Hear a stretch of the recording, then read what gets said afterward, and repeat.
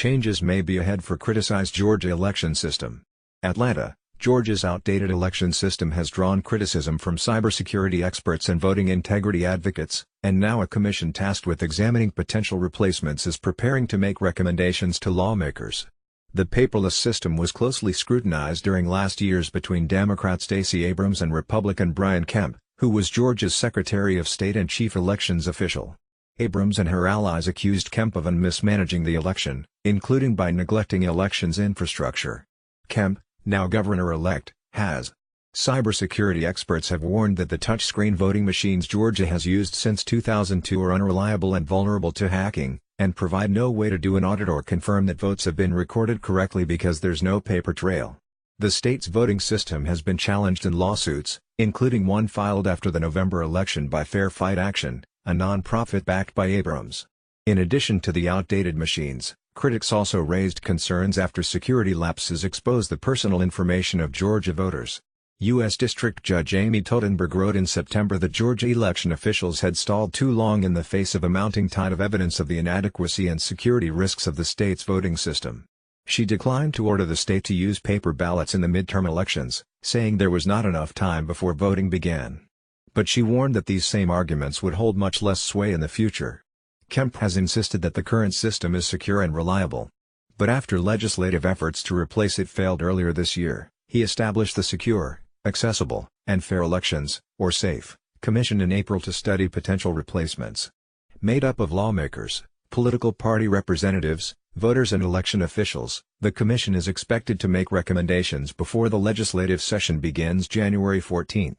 A vendor demonstration of election technology is scheduled for Thursday. Ryan Germany, general counsel for the Secretary of State's office, told the commission at a meeting last month in Macon that Georgia must act quickly. The 2020 election cycle is an aggressive goal, but I think it's the correct goal, he said, adding that the state would almost certainly face additional litigation if a new system isn't in place by then. The commissioners seem to agree Georgia's system should produce a paper record and that election officials should conduct post-election audits. Some commission members said they support paper ballots that voters mark by hand, filling in bubbles with a pen or pencil. But others prefer touchscreen ballot marking machines that print a paper record. Republican State Representative Barry Fleming, who co-chairs the commission, said costs vary widely. Initial expenditures would be roughly $50 million for a hand-marked paper ballot system and about $150 million for a ballot marking machine system, he said at last month's meeting. Georgia Tech computer science professor Venka Lee, the only computer and cybersecurity expert on the commission, told his fellow commissioners that technology evolves quickly and investing in an expensive, tech-heavy system could leave Georgia with an outdated system again within just a few years. He recommended hand-marked paper ballots read by optical scanner. From a cybersecurity point of view, that's the best available solution, he said at the meeting.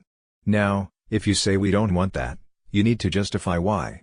Supporters of ballot marking machines argue that they reduce voter error and provide better accessibility for voters with disabilities. They say the touchscreen machines are similar to those in use now, so voters already know how to use them. Critics say such machines are no more secure than the current system and don't actually allow voters to verify their votes. The machines print out barcodes that correspond to the voter's selections, as well as a separate list that's readable by a voter. But votes are counted by machines that scan the barcodes, so there's no way for voters to know whether what's scanned actually reflects their votes, said Marilyn Marks, executive director of the Coalition for Good Governance, which has sued the state over the current system. Additionally, she said, voters may not notice if a race is missing or may not remember how they voted on, say, statewide referendum B. Venka said voters might not bother to review a printout. If what the machine recorded is incorrect and the voter doesn't catch it, the ability to audit is meaningless, he said. Commission member Darren McCoy, the probate judge and election superintendent in Evans County, dismissed that concern. If we provide the voter with a paper ballot of what they've done and they don't take the time to look at that and verify, there's nothing we can do, he said. That's the voter's responsibility. After the commission makes its recommendations, lawmakers would have to pass legislation to change the state's election laws. Funding would have to be secured and the system purchased in time to educate election workers and voters. Whatever they decide, the timeline is tight.